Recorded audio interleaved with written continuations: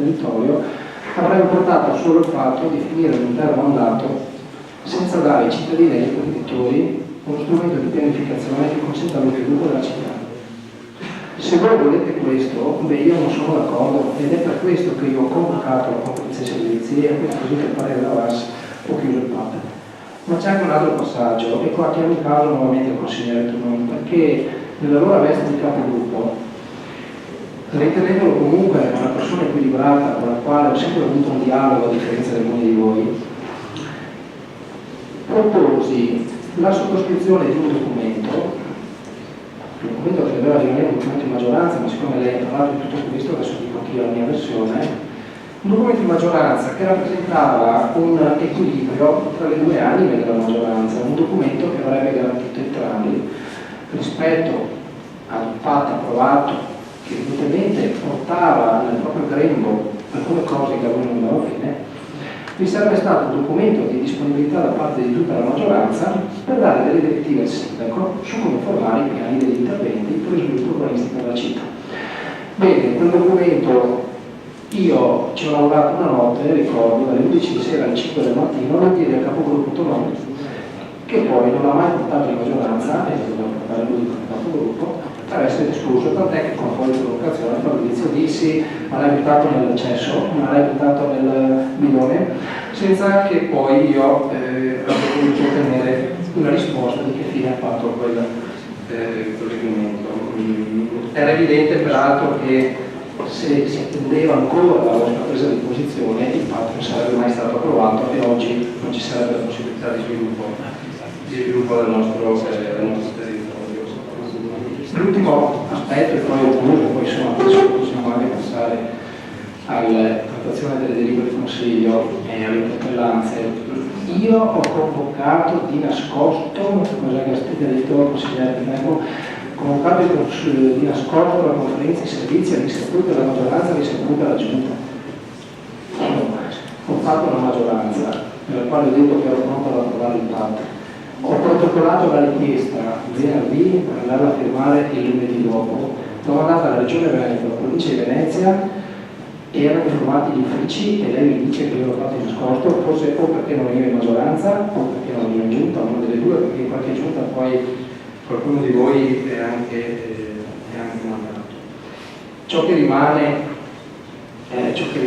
nella sintesi di questo è che non credo, almeno per l'input che io ho quotidianamente in un municipio, che i cittadini erano disposti ad attendere ancora. Non parlo solo per le due posizioni che a voi sembrano molto care, evidentemente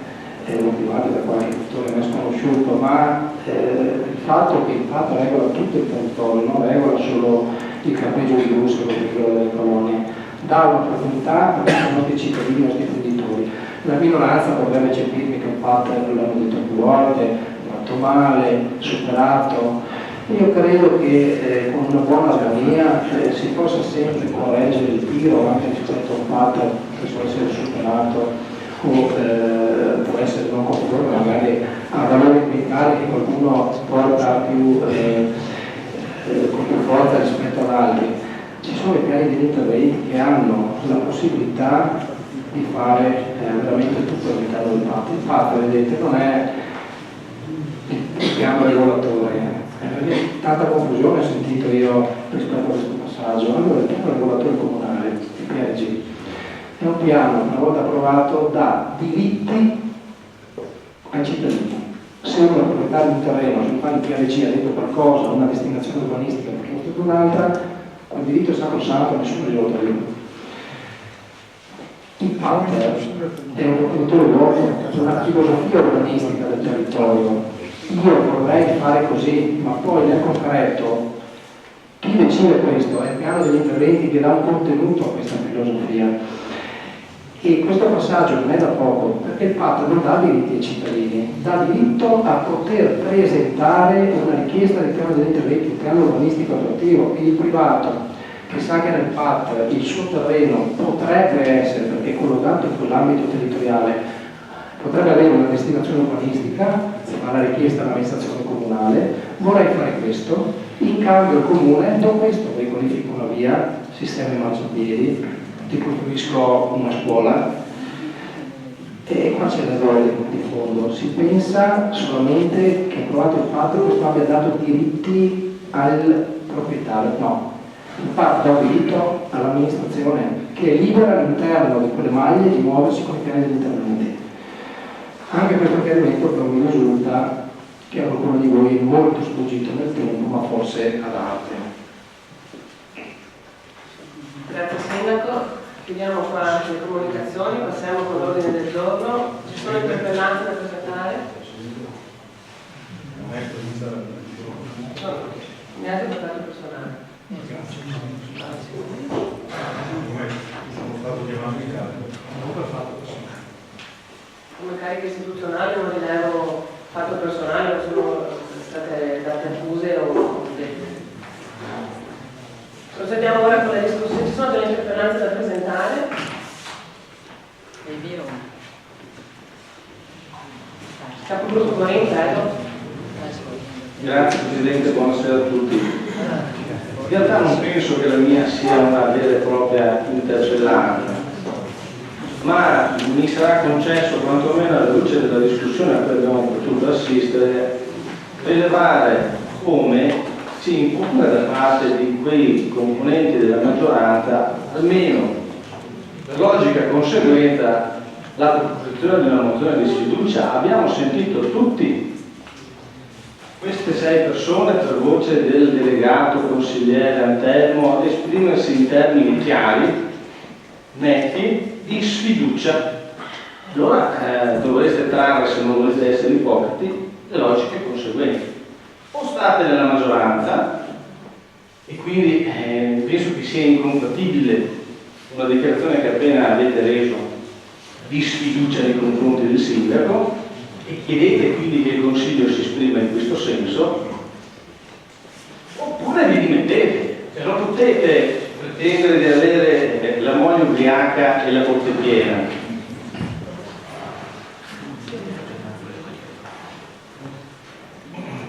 Ringrazio, ci sono altre interpellanze?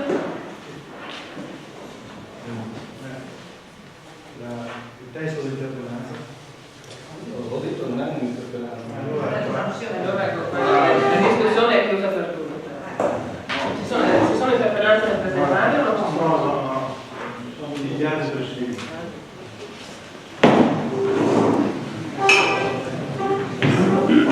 Lasciate l'aula. Sembra che siate andando via.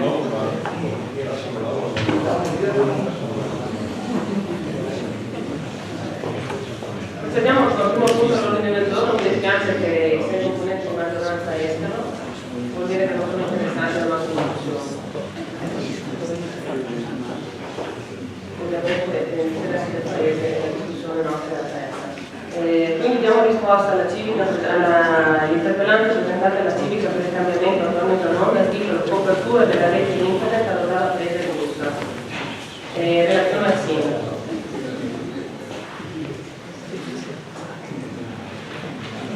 Grazie Presidente, con riferimento all'interpellanza precisata in oggetto, relativa alle problematiche legate alla mancata copertura DSL o con altre forme di sistemi a banda larga, si espone quanto segue. Sin dal 2006 questo ente, quindi con le diverse amministrazioni succedutesi nel tempo, ha ripetutamente sollecitato Telecom Italia a farsi carico di predisporre un'adeguata rete telefonica a banda larga nella località di Ottavatesa. In merito alla messa in esercizio di tale servizio, assicurata anche con la visita diretta presso la sede municipale di dirigenti di tale azienda, con nota 49 del 3 maggio 2011 il gestore di rete comunicava che quella località di Ottavatesa di Cave doveva vedere esteso il servizio DSL con un'implementazione della rete tramite nuova soluzione tecnica, e nella medesima nota però si precisava che non era possibile fare una previsione temporale sulla messa in esercizio di tali soluzioni. Da ultimo, in data 21 marzo, corrente anno, questa amministrazione, a seguito di contatti diretti con funzionari Telecom, otteneva assicurazioni dell'interessamento aziendale verso l'ampliamento del servizio. In tale occasione, il Telecom precisava che la posa di cavi per la fibra ottica è necessaria e funzionale, in quanto i cavi odierni non possono garantire adeguata capacità per il flusso dati, richiede investimenti significativi e quindi è legata a direttive di livello superiore. Poiché la problematica è ben nota al gestore di rete, che deve in primis sviluppare e garantire la realizzazione della rete fisica, questa amministrazione comunale ha fortemente sollecitato anche tramite dei brevi la preposta azienda agli investimenti necessari. La tempistica esecutiva però viene dalla stessa costantemente rinviata al reperimento di risorse. In ogni caso, considerati gli investimenti economici, appare poco plausibile che altri gestori di tali servizi siano propensi a sostituirsi a Telecom nella realizzazione dei lavori di posa di una rete a fibre ottiche o di altra soluzione tecnica che garantisca la prestazione. Si assicura comunque una costante azione di sollecito a Telecom per quanto compatibile con gli ambiti e ruoli dell'ente, estendendo la richiesta all'occorrenza anche alla località di Bursa come richiesto dall'interpellante. Grazie Sindaco. Passiamo ora alla seconda interpellanza, sempre presentata dalla Civica per il Cambiamento Antonio Zanon, opere pubbliche a San Giorgio di Iventa. Relazione al Sindaco. Grazie Presidente. Con riferimento all'interpellanza si forniscono i seguenti elementi relativi all'iter procedurale e o amministrativo. Riqualificazione Piazza Libertà. Ad oggi disponibile e approvato il progetto preliminare relativo al primo stralcio funzionale, viabilità generale, per una spesa complessiva prevista in euro 200.000, così come è stato approvato il progetto preliminare relativo al secondo stralcio funzionale, riordino urbano della piazza d'Avello, con una spesa complessiva prevista in euro 500.000. A seguito bando professionale è stato perfezionato un incarico con successivo deposito agli atti di un progetto definitivo complessivo per ambedue gli stralci funzionali. La riqualificazione corso Risorgimento. Disponibile ed approvato il progetto preliminare di riordino viario lungo la strada provinciale 42, con pista ciclabile e sistemazione della viabilità principale, portando una spesa complessiva prevista in euro 430.000. Rotonde di accesso. La rotatoria dell'innesto corso Risorgimento Largo Indipendenza risulta inserita nel progetto relativo al riordino viario del corso Risorgimento, mentre un'eventuale seconda rotatoria al termine di tale via Lighieri via Manzoni, non risulta prevista, ma potrebbe essere oggetto di apposita valutazione con gli uffici tecnici della provincia di Venezia che ha competenza sulla provinciale 42. Riqualificazione piazzale e viabilità di accesso presso la vecchia chiesa. In ordine a una revisione degli spazi cospicenti alla vecchia chiesa, limitrofi alla scuola materna interessata dalla sistemazione degli uffici, i preposti uffici dell'ente a suo tempo avevano predisposto una proposta progettuale con individuazione dei principali elementi di riqualificazione e arredo urbano. Il riordino dell'area, intervento ritenuto sia dal Comune di Caore che dalla parrocchia di San Giorgio Martire e San Giorgio di Vivenza, ritenuto di comune interesse, altresì si integrava con un collegamento pedonale tra il sagrato della chiesa, l'accesso alla scuola Armiati e il parcheggio adiacente, funzionale altresì all'uso delle esistenti infrastrutture pubbliche. Un eventuale accordo di programma, peraltro più volte auspicato per realizzare altri interventi con finanza pubblica, non si è però perfezionato. L'intervento quindi non è stato inserito nella programmazione dei lavori pubblici né ulteriormente è stato affinato il progetto. La risposta non sarà gradita, ma è un dato di fatto del quale prendere atto che pur avendo reperito le risorse per le opere pubbliche e annuali progetti preliminari, abbiamo l'obbligo del rispetto del patto di stabilità che restringe fortemente la possibilità dell'utilizzo di risorse disponibili ma non utilizzabili effettivamente, pena mancato rispetto del medesimo. Paradossalmente infatti, seppure le risorse economico-finanziarie vengono reperite e o individuate per alcuni interventi riguardanti la frazione di San Giorgio di Vivenza sopra richiamati, non risulta possibile l'utilizzo integrale dei capitoli di spesa individuati a causa del bilanciamento delle spese di investimento, specie per quelle allocate al titolo secondo del bilancio, che risentono in misura prevalente dei limiti di finanza locale. Di conseguenza l'amministrazione comunale ha dovuto anzitutto privilegiare interventi che godevano di finanziamenti esterni,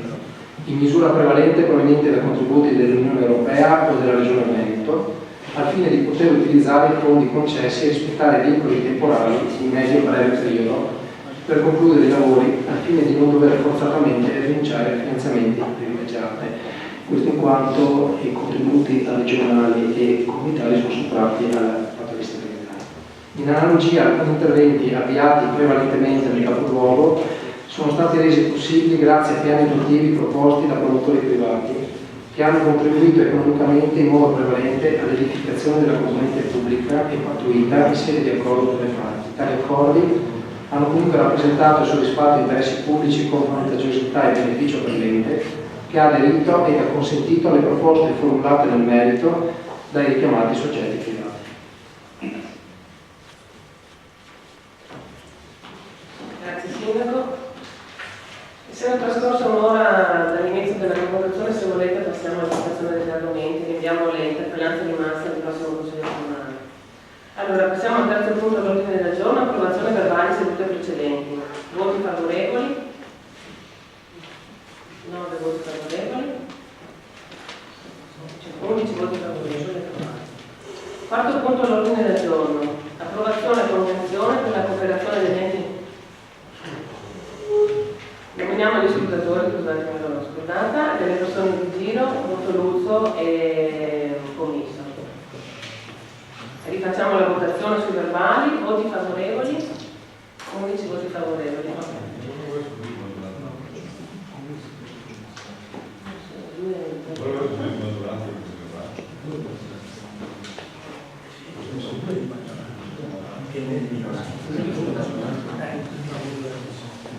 Quarto punto dell'ordine del giorno, approvazione e convenzione per la cooperazione degli enti locali partecipanti e ricadenti nell'ambito territoriale ottimale del servizio idrico integrato Laguna di Venezia. Relazione al Sindaco. Visto il decreto legislativo 30 del 2006 numero 152, norme in materia ambientale, che reca disposizioni in materia di risorse idriche e che prevede, sezione terza, titolo secondo, articolo 147,1, l'istituzione del servizio idrico integrato mediante la riorganizzazione di servizi idrici sulla base di ambiti territoriali ottimali delimitati dalle regioni. Visto il decreto legge 25 gennaio 2010 numero 2, convertito con la legge 26 marzo 2010 numero 42, il decreto legge 24 gennaio 2012 numero 1, convertito con la legge 24 marzo 2012 numero 17 e loro successive modifiche e integrazioni, vista la legge regionale 27 aprile 2012 numero 17, disposizioni in materia di risorse idriche, la quale prevede la riattribuzione delle funzioni svolte dall'attuale autorità d'ambito territoriale ottimale del servizio idrico integrato ai nuovi enti denominati consigli di bacino, in ottemperanza alla sopracitata normativa nazionale, stabilendo le caratteristiche, le funzioni e le competenze, dato atto che il Comune di Caorle è stato inserito ai sensi dell'articolo 2 e dell'allegato A della legge regionale 27 aprile 2012 numero 17, disposizioni in materia di risorse idriche nell'ambito territoriale ottimale Veneto orientale, dato atto all'articolo 2, comma 2, legge regionale 27 aprile 2012 numero 17, disposizioni in materia di risorse idriche, prevede che la Giunta regionale, previo parere della Commissione consiliare competente, che si esprime entro 30 giorni dal ricevimento della proposta, decorsi i quali si prescinde dal parere, modifica o integra la delimitazione degli ambiti territoriali ottimali di cui al comma 1, su proposta dei consigli di bacino di cui all'articolo 3 o del coordinamento dei consigli di bacino di cui all'articolo 5 o dei comuni interessati. Dato atto che i comuni di Caorle, Ceggia, Cessate, Naclea, Fossate di Piave, Jesolo, Musile di Piave, Noventa di Piave, Salma di Piave, Torre di Mostre, Zensolo di Piave, con note trasmesse a maggio 2012 alla Regione Veneto e all'atto Laguna di Venezia, hanno richiesto l'inclusione nell'ambito Laguna di Venezia e che tale volontà è stata ribadita con richiesta congiunta al protocollo numero 17699 del 19 dicembre 2012. Vista la deliberazione di giunta regionale numero 856 del 4 giugno 2013, avente per oggetto approvazione della proposta di variazione degli ambiti territoriali ottimali Laguna di Venezia e Veneto orientale, inclusione dei comuni di Caorle, Ceggia, Cessate, Naclea, Fossate di Piave, Jesolo, Musile di Piave, Noventa di Piave, Salma di Piave, Torre di Mostre, Zensolo di Piave, nell'ambito territoriale ottimale della Laguna di Venezia, con la quale la Regione Veneto ha approvato, ai sensi dell'articolo 2,2 legge regionale 27 aprile 2012 numero 17, la variazione degli ambiti territoriali ottimali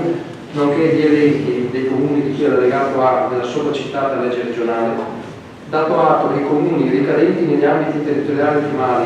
costituiscono quali forme di cooperazione per la programmazione ed organizzazione del servizio idrico il Consiglio di Bacino, ente dotato di personalità giuridica di diritto pubblico, la cui costituzione e il cui funzionamento è regolato da apposita convenzione sottoscritta previa presa d'atto della stessa da parte di ciascun comune, vista la deliberazione della Giunta regionale Veneto numero 1006 del 5 giugno 2012, che dà attuazione a quanto previsto dall'articolo 3,3 della succitata legge regionale 17 del 2012, approvando lo schema di convenzione alla quale gli enti locali devono tenersi per la costituzione dei nuovi consigli di bacino, dato atto che con deliberazione protocollo numero 606/1 di verbale 26 luglio 2012 della conferenza d'ambito dei comuni dell'Alto Laguna di Venezia è stato approvato lo schema di convenzione per la cooperazione tra gli enti locali conformemente ai contenuti dell'allegato alla sopracitata delibera di Giunta regionale numero 1006 del 5 giugno 2012, dato atto che tale convenzione è stata sottoscritta con atto del 17 dicembre 2012 a rogito del segretario generale del Comune di Venezia, essendosi pertanto istituito il Consiglio di Bacino Laguna di Venezia, repertorio numero 130.831 del 17 dicembre 2012, registrata il 21 dicembre 2012 agli atti pubblici con il numero 1367, e che tale convenzione è stata successivamente modificata con deliberazione dell'Assemblea del Consiglio di Bacino, protocollo numero 319/3 di verbale del 23 aprile 2013, dato atto che la Convenzione per la cooperazione tra gli enti locali prevede l'articolo 3,3, in caso di modifica dei confini dell'ambito territoriale ottimale, la presente Convenzione potrà essere modificata di conseguenza, con la predisposizione di appositi atti aggiuntivi che saranno approvati e sottoscritti con le medesime modalità della presente, dato atto che con deliberazione del Consiglio di Bacino protocollo numero 576/12 del 26 luglio 2013, ad oggetto modifica degli articoli 2 e 6 della Convenzione del Consiglio di Bacino Laguna di Venezia relativo allegato atto aggiuntivo alla Convenzione per la cooperazione tra gli enti locali partecipanti, compresi nell'ambito territoriale ottimale del servizio idrico integrato Laguna di Venezia, il Consiglio di Bacino ha provveduto a modificare l'articolo 2 enti locali partecipanti e l'articolo 6 quote di partecipazione al fine di recepire i contenuti della deliberazione di Giunta regionale numero 856 del 4 giugno 2013, avente per oggetto approvazione della proposta di variazione degli ambiti territoriali ottimali Laguna di Venezia e Veneto orientale, inclusione dei comuni di Cavia, Ceggia, Cessalta, Raclea, Fossalta di Piave, Jesolo, Musile di Piave, Noventa di Piave, Sandana di Piave, Torre del Monte e Zensone di Piave nell'ambito territoriale ottimale della Comune di Venezia. Ad aggiornare l'articolo 6, quote di partecipazione secondo quanto previsto al comma 1 del medesimo articolo, ai sensi del quale le quote di partecipazione del Consiglio di Bacino sono determinate millesimi in rapporto all'entità della popolazione residente nel territorio di ciascun comune, risultanti dall'ultimo censimento Istat rispetto alla popolazione totale dell'ambito, e sono aggiornati dal Comitato istituzionale entro 6 mesi dalla pubblicazione del censimento, e quindi con riferimento alle risultanze del censimento della popolazione 2011 pubblicate nella Gazzetta Ufficiale numero 294 del 18 dicembre 2012. Dato altresì atto che la Convenzione prevede all'articolo 3,5 che il soggetto autorizzato alla sottoscrizione della Convenzione è individuato da ciascun ente locale partecipante nell'atto di approvazione della medesima, dato pertanto atto che ai sensi della normativa sopra richiamata, al fine di completare l'iter di inclusione nell'ambito territoriale ottimale della Comune di Venezia, l'adesione alla Convenzione deve essere approvata dai rispettivi consigli comunali, individuando anche il soggetto autorizzato alla sottoscrizione della Convenzione. Tutto ciò premesso e considerato, si chiede al Consiglio Comunale di deliberare di approvare l'allegata Convenzione che fa parte integrante del presente provvedimento per la cooperazione tra gli enti locali ricadenti nell'ambito territoriale ottimale del servizio idrico integrato al Comune di Venezia, ai sensi della legge regionale numero 17 del 27 aprile 2012, ai fini della adesione al Consiglio di Bacino alla Laguna di Venezia, e ciò a seguito della deliberazione di Giunta regionale numero 856 del 4 giugno 2013 avente progetto, approvazione della proposta di variazione degli ambiti territoriali ottimali Laguna di Venezia e Veneto Orientale, inclusione di comuni di Carle, Ceggia, Cessato, Eraclea, Possate di Piave, Jesolo, Musile di Piave, Loretta di Piave, Sant'Anna di Piave, Torre di Monte Zensolo di Piave nell'ambito territoriale ottimale Laguna di Venezia. Di dare mandato al sindaco o al suo delegato di provvedere alla sottoscrizione della convenzione allegata alla presente deliberazione, di trasmettere copia della presente deliberazione all'ufficiale erogante già individuato nel segretario del Comune di Venezia, di trasmettere tempestivamente copia della presente deliberazione agli uffici del Consiglio di Bacino di Venezia, che raccoglie tutta la documentazione per la collazione degli atti. Grazie Sindaco. Ci sono interventi? Mettiamo ai voti la delibera, voti favorevoli, 8 voti favorevoli, voti contrari, 3 voti contrari. Mettiamo i voti immediati di pubblicità del punto, voti favorevoli, 8 voti favorevoli, voti contrari, 3. Non passa immediato di pubblicità.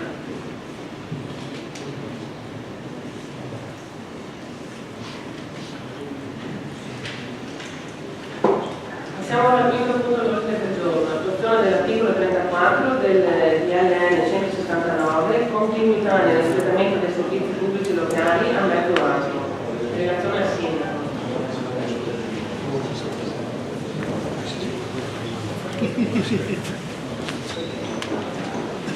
Grazie Presidente. Penso che i comuni di Annone Veneto, con delibera del Consiglio Comunale numero 3 del 26 febbraio 2001, di Caule, con delibera del Consiglio Comunale numero 4 del 26 febbraio 2001, di Cinto Camaggiore, con delibera del Consiglio Comunale numero 59 del 29 dicembre 2000 e del 31 gennaio 2001, Concordia Sagittaria, con delibera del Consiglio Comunale numero 3 del 26 febbraio 2001, Fossata di Portogruaro, con delibera del Consiglio Comunale numero 3 del 17 febbraio 2001,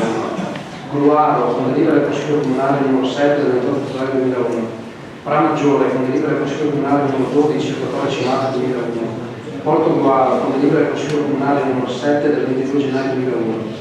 San Michele del Tagliamento, con delibera del Consiglio Comunale numero 6 del 23 gennaio 2001, San Stino di Vivenza, con delibera del Consiglio Comunale numero 6 del 5 febbraio 2001, Teglio Veneto, con delibera del Consiglio Comunale numero 2 del 7 febbraio 2001, nel deliberare la trasformazione del Consorzio Covenor in società per azioni denominata ASO SPA, ai sensi dell'articolo 22,3 lettera E della legge 142 del 90, confermavano l'affidamento alla predetta società del servizio pubblico locale di igiene ambientale già in capo al Consorzio Covenor, che ASO SPA è una società in house providing che svolge servizi pubblici su affidamento degli enti locali soci, che questo Comune, in un atto consiliare numero 45 del 26 maggio 2008, ha deliberato la partecipazione ad ASO SPA quale società in house providing, approvando lo statuto societario e le modifiche statutarie per la gestione in forma associata e coordinata dei servizi pubblici locali e per l'esercizio sulla società di un controllo analogo a quello esercitato sui propri servizi, che i comuni soci hanno concordemente in maniera convergente deliberato con gli atti sindicati la loro partecipazione in ASO SPA e i contenuti per l'organizzazione dei servizi pubblici a mezzo del modello in house providing, che pertanto l'attuale configurazione di ASO SPA è stata determinata dagli enti locali soci con le deliberazioni sopracitate al fine di organizzare l'erogazione del servizio pubblico di igiene ambientale mediante affidamento diretto e gestione in house, che dunque l'attività svolta dall'ASO SPA è stata assunta dagli enti locali soci con il servizio pubblico ed affidato ad ASO SPA ai sensi delle norme vigenti nel tempo, Regio Decreto numero 2578 del 1925, articolo 22 della legge 142 del 90, articolo 113 del decreto legislativo 267 del 2000, che ASO SPA svolge il servizio pubblico di gestione dei rifiuti nel territorio degli enti locali, che l'esercizio da parte dei comuni soci di controllo nei confronti di ASO SPA, analogo a quello esercitato sui propri servizi, viene effettuato ai sensi degli articoli 15 bis e 15 ter dello Statuto attraverso l'assemblea di coordinamento intercomunale composta dai rappresentanti legali dei comuni, che pertanto gli enti locali soci di ASL SPA hanno da tempo deliberato il modello in-house providing e gli strumenti del relativo controllo analogo, che l'assemblea di coordinamento intercomunale è lo strumento da tutti condiviso per l'esercizio associato dei servizi pubblici locali affidati ad ASL SPA, che ASL SPA, conformemente al suo carattere in-house providing, svolge la parte prevalente della propria attività a favore degli enti locali soci. Con riferimento al requisito della parte prevalente dell'attività, la Corte di Giustizia Europea, sezione prima, 11 maggio 2006, nella causa C140 del 2004, ha affermato che, quanto all'accertare se occorre tener conto in tale contesto solo del fatturato realizzato con l'ente locale controllante o di quello realizzato nel territorio di detto ente, occorre considerare che il fatturato determinante è rappresentato da quello che l'impresa in questione realizza in virtù delle decisioni di affidamento adottate dall'ente locale controllante, compreso quello ottenuto con gli utenti in attuazione di tali decisioni. Paragrafo 66. Infatti le attività di un'impresa aggiudicataria da prendere in considerazione sono tutte quelle che quest'ultima realizza nell'ambito di un affidamento effettuato dall'amministrazione aggiudicatrice, indipendentemente dal fatto che il destinatario sia la stessa amministrazione aggiudicatrice o l'utente delle prestazioni. Paragrafo 67. Non è rilevante sapere chi remunera le prestazioni dell'impresa in questione, potendo trattarsi sia dell'ente controllante, sia di terzi utenti di prestazioni fornite in forza di concessioni o di altri rapporti giuridici instaurati dal suddetto ente, che proprio lo svolgimento di servizi pubblici implica prestazioni nei confronti di terzi, cittadini ed utenti, nell'interesse dei quali gli enti locali hanno deciso di dar vita all'ASL SPA, che pertanto l'attività che deve essere prevalente è quella da svolgere in attuazione dell'incarico di servizio pubblico che gli enti locali hanno attribuito all'ASL SPA,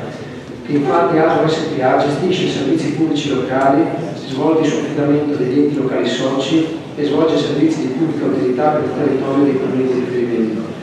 Che tutte le attività oggetto della presente delibera svolte da ASL SPA costituiscono servizi pubblici anche perché assunti in base alla normativa in materia e così qualificati dalle deliberazioni comunali, che in base al diritto comunitario i servizi pubblici costituiscono servizi di interesse generale e ricomprendono non solo le attività immediatamente rivolte agli utenti, ma anche quelle che rispondono finalisticamente ai bisogni collettivi della società civile. Articolo 106, paragrafo 2 di FUE e l'articolo 14 di FUE, che ai sensi del combinato disposto degli articoli 188,3 lettera A e 189,3 lettera B del decreto legislativo 152 del 2006, i produttori di rifiuti speciali possono conferire i loro rifiuti al servizio pubblico di raccolta previa sottoscrizione di apposita convenzione con il gestore del servizio pubblico. Che l'attività di trattamento dei rifiuti speciali conferiti al servizio pubblico di raccolta previa convenzione con il gestore, costituisce essa stessa per qualificazione di legge un servizio pubblico e dunque deve essere considerata come attività svolta a favore del territorio di riferimento, e cioè come attività prevalente per conto degli enti locali che controllano la società incaricata della gestione del servizio pubblico, che pertanto ASL SPA, operando nel pieno rispetto del requisito della prevalenza, è conforme al modello in-house providing. In ragione di tutto quanto sopra, le gestioni spettate a mezzo di ASL SPA sono già conformi al diritto comunitario e si dovrà procedere semplicemente ad aggiornare gli atti alle normative e ai principi giurisprudenziali, deliberando per quanto di ragione anche ai sensi e per gli effetti dell'articolo 34, comma 21 del decreto legge 18 ottobre 2012, numero 179, convertito nella legge 17 dicembre 2012, numero 221. Ricordato che la giurisprudenza in materia di forme di gestione diretta, categoria a cui appartiene il modello in-house providing, ha precisato che l'affidamento sorge con la delibera dell'ente locale di costituzione e o partecipazione alla forma di gestione, mentre con la successiva approvazione del contratto di servizio si procede semplicemente ad eseguire la presupposta scelta organizzativa e a regolamentare l'esecuzione del tempo. Consiglio di Stato, sezione quinta, 19 febbraio 98, 192, Cassazione, sezioni unite civili, Cassazione civile, sezioni unite, 29 ottobre 99, numero 754, Più recentemente il Consiglio di Stato, sezione quinta, 30 giugno 2003, numero 3864, Carlo Lombardia, sezione terza, 12 maggio 2004, numero 1695, Consiglio di Stato, sezione quinta, 3 febbraio 2005, numero 272, Consiglio di Stato, sezione quinta, 30 agosto 2005, numero 4428, Tara Calabria, Catanzaro, sezione prima, 11 luglio 2009, numero 774. E dunque, la durata del contratto di servizio non indica la durata dell'affidamento, ma individua il periodo di regolazione per un determinato periodo di tempo del rapporto di affidamento a mezzo dello specifico contratto di servizio, che pertanto per stabilire la durata degli affidamenti attribuiti all'ASL SpA occorre rapportarsi alla durata di quest'ultima nel limite della durata massima di un affidamento di servizio pubblico locale. Che l'articolo 203,2 lettera C del decreto legislativo 152 del 2006 stabilisce, con riferimento al servizio di gestione dei rifiuti, che la durata dell'affidamento è comunque non inferiore a 15 anni, che per quanto di ragione l'articolo 143,6 del decreto legislativo 12 aprile 2006 numero 163 stabilisce che la concessione ha di regola durata non superiore a 30 anni, che peraltro l'articolo 2,35 della legge 14 novembre 95 numero 431 stabilisce, con riferimento ai servizi di pubblica utilità, che la durata della concessione non può essere superiore all'anno 40,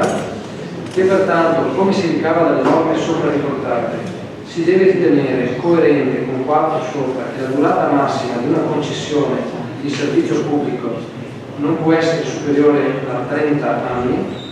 che comunque l'articolo 4 dello Statuto di ASL SpA prevede che la durata della società è stabilita fino al 31 dicembre 2050,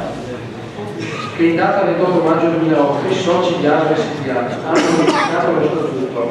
introducendo il modello dell'in-house providing per i servizi pubblici oggetto dell'affidamento ad ASL, prevedendo e regolamentando l'assemblea di coordinamento intercomunale agli articoli 15 bis e 15 ter, quale strumento di attuazione del controllo analogo congiunto da parte dei soci nei confronti della società, rilasciando inalterata la durata della società del 1 dicembre 2050, che a seguito di un'operazione di integrazione Veritas SpA ha acquisito il controllo di ASL SpA e contestualmente i comuni soci a Non Veneto, Caule, Cinto Caomaggiore, Concordia Sagittaria, Salto di Portugallo, Luaro, Porto Ugualo, Maggiore, San Michele al Tagliamento, San Stino di Venezia e Taglio Veneto. In quest'ultimo hanno fatto il loro ingresso in Veritas SpA e ASL SpA, società in house providing costituite ai sensi dell'articolo 113, comma 5, lettera C del decreto legislativo 18 agosto 2001-267, è quindi oggi controllata al 50,69% da Veritas SpA, società in house a sua volta controllata dai comuni della provincia di Venezia, che i comuni soci di ASL SpA hanno deliberato la loro partecipazione anche alla compagine societaria dei Veritas SpA, con gli atti qui di seguito recati che presentano i medesimi contenuti all'organizzazione dei servizi pubblici a mezzo del modello in-house providing presenti nella società Veritas SpA. Comune di Caule delibera del Consiglio Comunale numero 69 del 29 dicembre 2009, Comune di Cinto Camaggiore, e della delibera del Consiglio Comunale di Cinto Camaggiore non è pervenuta, ma sentito il segretario, trattasi di elemento che è un atto ufficiale il contenuto della delibera per cui si può comunque procedere alla discussione e all'approvazione. Comune di Concordia Sagittaria, delibera del Consiglio Comunale numero 117 del 16 dicembre 2009 numero 117, Comune di Fossati del Portugallo, delibera del Consiglio Comunale non pervenuta analoghe considerazioni. Comune di Duaro, delibera del Consiglio Comunale numero 10 del 21 luglio 2010. Comune di Portugallo, delibera del Commissario straordinario numero 20 del 27 novembre 2009. Comune di Pramaggiore, delibera del Consiglio Comunale numero 35 del 23 dicembre 2009. Comune di San Michele del Tagliamento, delibera non pervenuta. Comune di San Stino di Venezia, delibera del Consiglio Comunale numero 59 del 22 dicembre 2009. Comune di Taglio Veneto, delibera del Consiglio Comunale numero 3 del 12 febbraio 2010. E conseguentemente i comuni da ultimo citati hanno anche aderito alla convenzione intercomunale vigente tra i soci della suddetta società, in forza di apposite deliberazioni consigliari, con le quali è stato accettato integralmente il contenuto sia dello Statuto di Veritas che della Convenzione, ravvisata quindi la necessità di stabilire una data comune per l'intero ambito territoriale ottimale della provincia di Venezia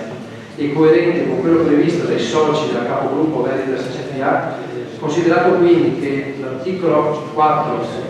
della Convenzione intercomunale della società Veritas SpA stabilisce che i soci convengono di fissare la durata della presente convenzione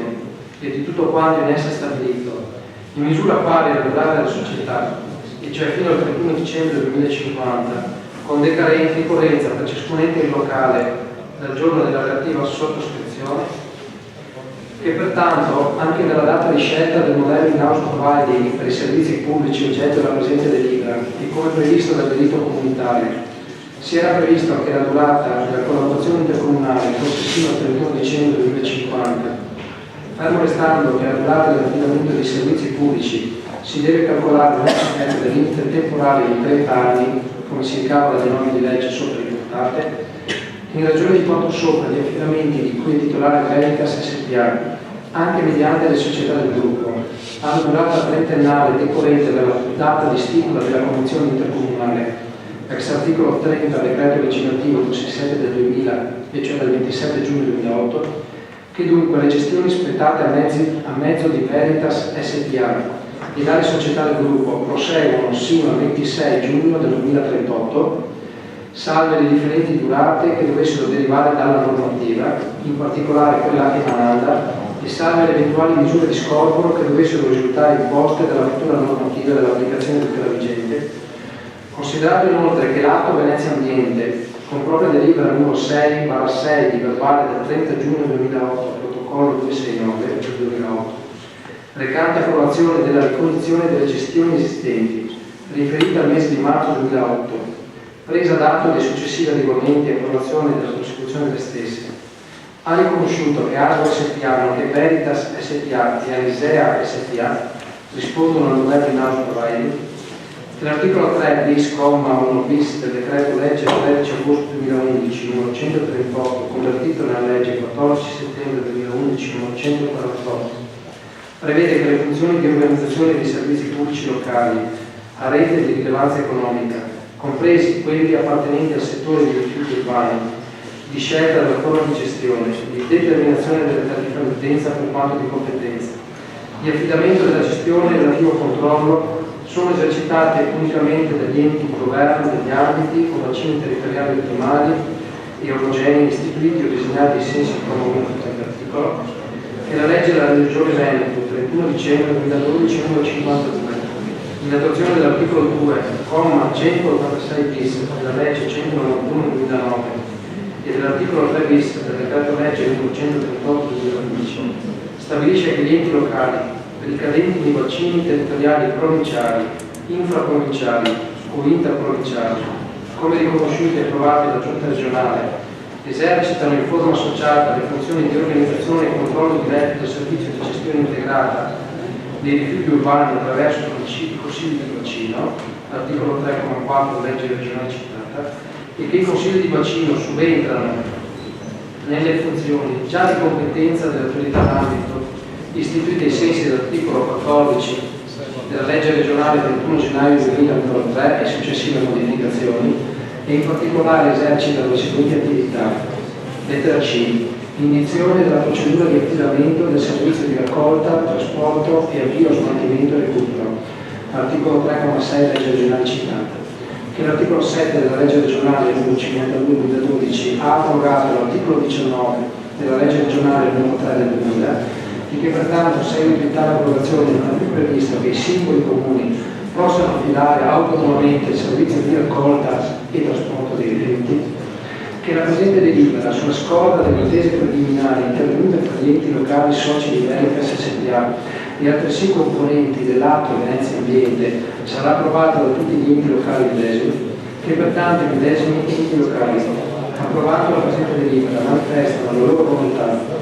circa l'organizzazione dei servizi pubblici che potrà essere ribadita in sede di costituenda nuova autorità d'ambito ai sensi della legge regionale 52/2012, che in ordine ai presupposti e alle motivazioni di cui la presente delibera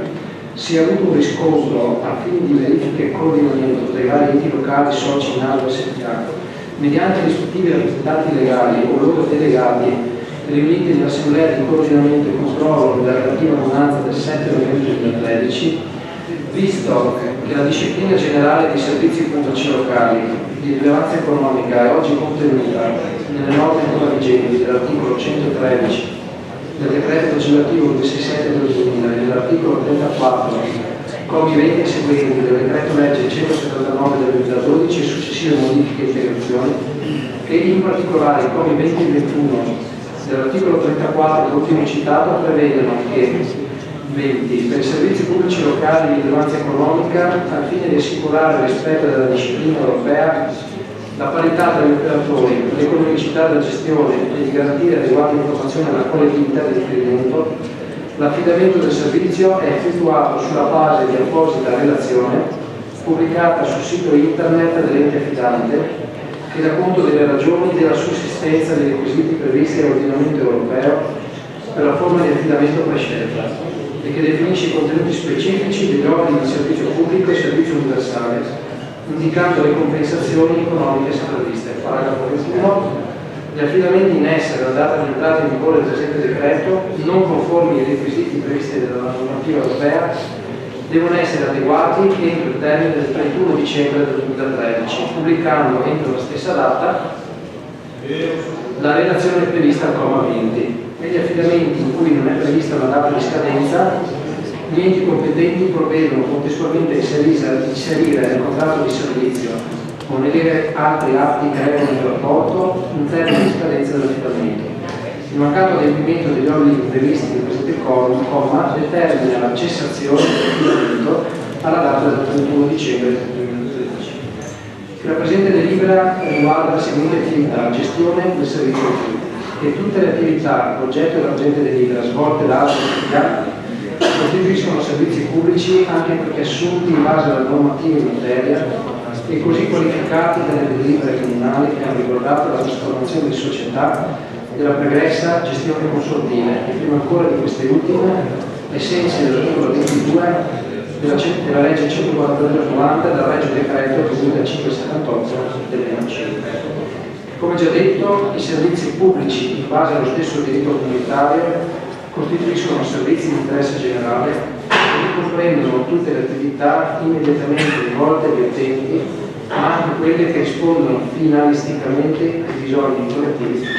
della società civile. Confrontare l'articolo 106, paragrafo 2 del Trattato di funzionamento dell'Unione Europea e l'articolo 14 dello stesso Trattato, e pertanto non sono applicabili ad ASVO l'articolo 13 del decreto legge 4 luglio 2006 numero 223 convertito in legge 248/2006 e l'articolo 4 del decreto legge 6 luglio 2012 numero 95 convertito nella legge 135 del 2012 per estraneità dei servizi pubblici locali e dei servizi di interesse generale dall'ambito applicativo di tali citate norme, come espressamente precisato dal Presidente. In relazione alla continuazione degli affidamenti in essere, deve essere approvata ai sensi dell'articolo 34,21 del decreto legge 179/2012 una relazione tecnica economica sull'attuale e futura gestione a mezzo di altro settore. Che la predetta relazione è destinata a costituire parte integrante e sostanziale della presente deliberazione ai sensi per gli effetti di cui al sopra citato articolo 34,21 del decreto legge 179/2012